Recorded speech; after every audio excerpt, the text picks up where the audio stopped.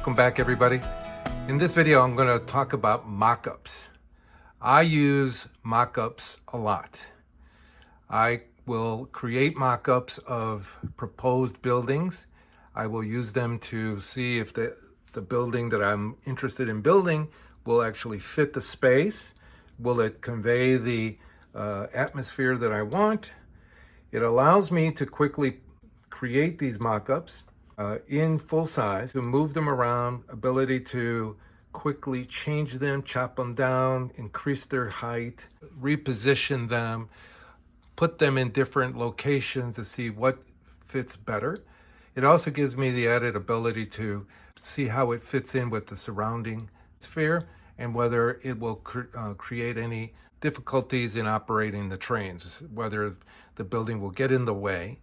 What will be the sight lines? So when people first walk into my model railroad, they create the kind of theme of small Italian fishing village that I'm looking for. I have created mock-ups in the past, left them on the model railroad for quite a bit of time, and decided to reduce the size or change the shape because I didn't feel it fit the theme or it blocked the view. For a while, I had a cathedral in mind, but it would block the views of the model railroad, so I did away with that. So without further ado, I'm going to show you how I quickly make mock-ups by using foam core, or in the case that you see in front of you, is a political poster. A foam core, which is a material that I tend to favor over the yard signs, because the yard signs are now made out of this plastic coated card.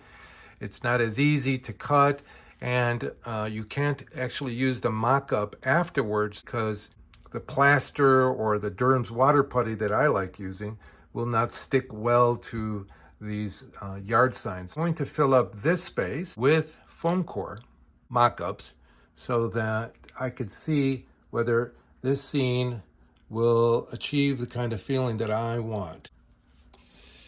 This is a typical mock-up that I create. They're not that complicated. They're assembled quickly using foam core and hot glue. I will most of the time cut out the window shapes and cut out any storefronts, doorways, and cut them and glue them together so that they're approximately the size that I need them to be. And then I start moving them into the location that I am planning to use.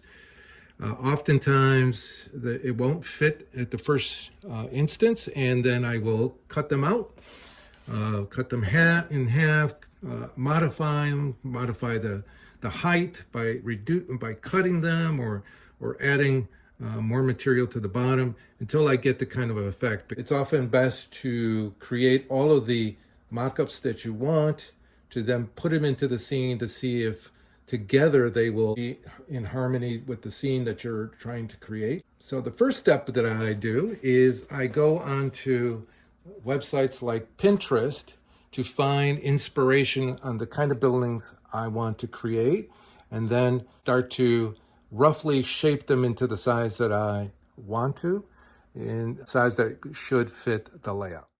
Pinterest has a lot of inspiration. Here I'm just scrolling through a bunch of pictures that I have been using to inspire me to create buildings for my model railroad. So just go through the ones that you want, select the ones and create them and put them in a folder. And now you have the first step towards making reference material. Here is a sample of the buildings I selected from Pinterest for this exercise.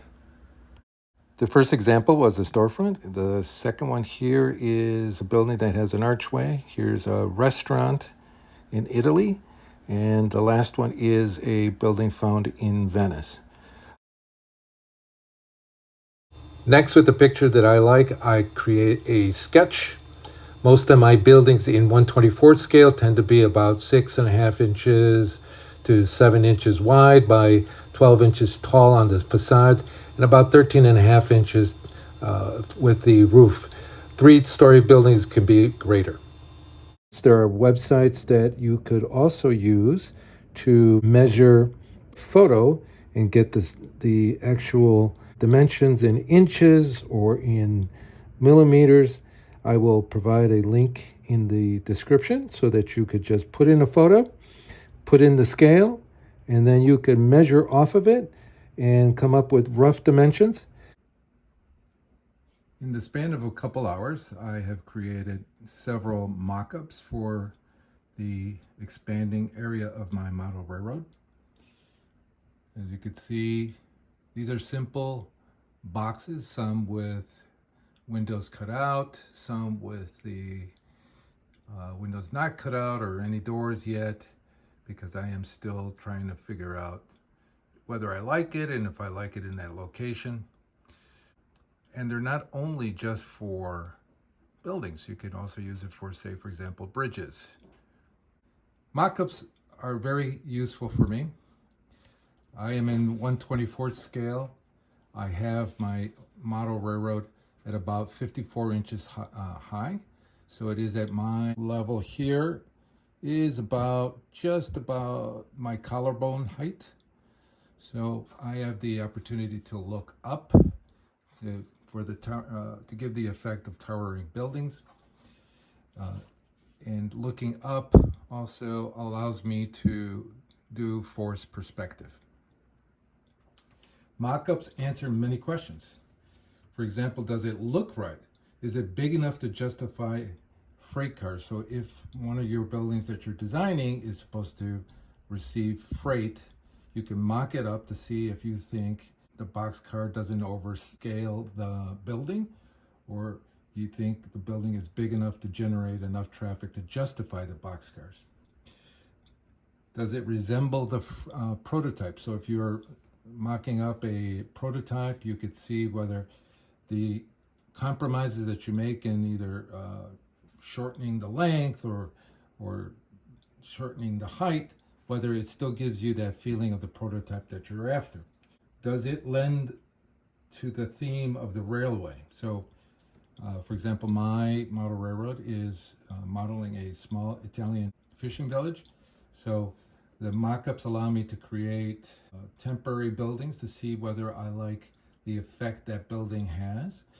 Sometimes I may have the inclination to build a bigger building, and then I think, well, it would be out of scale with the theme of my fishing village. Yours could be different. Yours could be downtown, where you have high rises, large factories. You're trying to weave through a canyon of industrial buildings. Maybe that's the effect that you want, and maybe your building that you're designing may not be big enough. It might not be wide enough. So those are the things that mock-ups allow you to do, is to temporarily put a building together to see if you like it. Does it convey the scale you want the viewer to experience? Now, for example, mine is at eye level, and I want my viewers to have to look up into the mountains, because I am representing a mountain area. Does the building or group of buildings, roof line, shape, height, replicate your theme? So mock-ups allow you to temporarily put buildings up to see if it conveys the mass, the scale that you want, and whether the roof lines resemble the prototype that you're after. Now, the next aspect that mock-ups allow you to look at is, does it affect the operation negatively? Does it hamper train operations? One thing is whether the position, the height of the buildings, does it prevent you from reaching in to uncouple? Does it affect your ability to see switching maneuvers? Do things get in the way? Is there enough clearance? So you can see that I have these buildings near the back, and whether that train will be able to clear, yes, they will, is a good thing about creating these mock-ups, because if they do get in the way, you can always modify the building so that they are further away. It saves you from destroying your model making, because if you were to use a real model that you bought, a kit or a plastic kit, and you make mistakes, then you've lost all that money.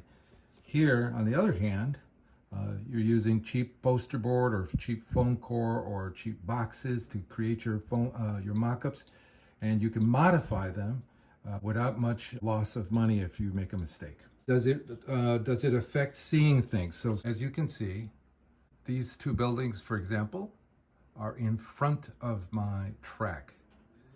I'm going to run some trains to see if I like it there, whether it affects seeing my trains pass by, or does it give that effect that I want, where it's weaving in between buildings.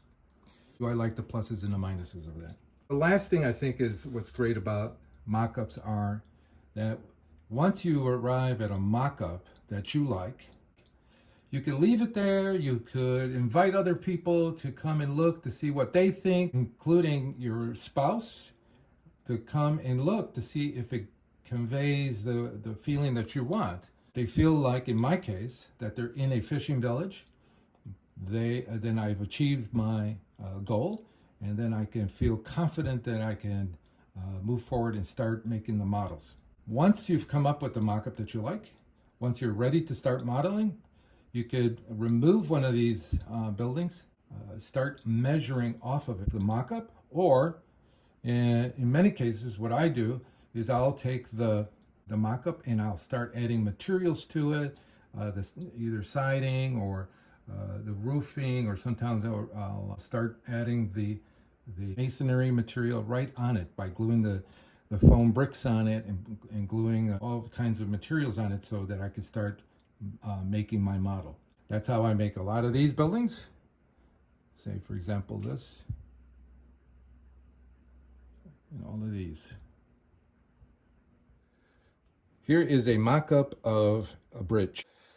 I have a previous video where I show how I made this portion of the bridge, because at the time I had designed this bridge to fit my shelf layout. And recently, because I have a desire to add more buildings to create a greater fishing village feel, I wanted to add those two buildings. It gave me the opportunity to add this extension, which is an extra 11 inches, which then means that I needed a bridge extension here. And this allows me to create a mock-up, to get the measurements, get to see how the feel of this bridge is going to be, how it's going to look, what kind of scene, whether the scene I like it or not. Because if I don't like the scene, I could always get rid of this bridge and start over. I happen to like this bridge and want to create the extension of it. And because this bridge is at an angle, it's not crossing perpendicular, but it's actually coming at an angle, it was going to require a careful measurement to make sure that the final model was going to be accurate in terms of being straight and fit the scene properly. So as you can see, there is an angle to this.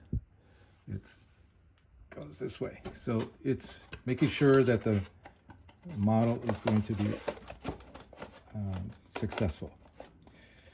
This bridge mock-up doesn't fit exactly because the way I make these bridges is I add foam bricks to it. So I've measured it to compensate for the thickness of the stone materials that I'll be adding to this mock-up. In summary, I've been using mock-up since the beginning of my model railway.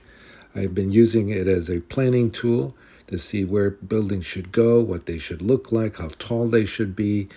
Do they give the sense of the theme that I am looking for, which is a small Italian fishing village with a small railway. Thank you for visiting the little fishing village of Amalfitano. Please consider hitting the like button and subscribing.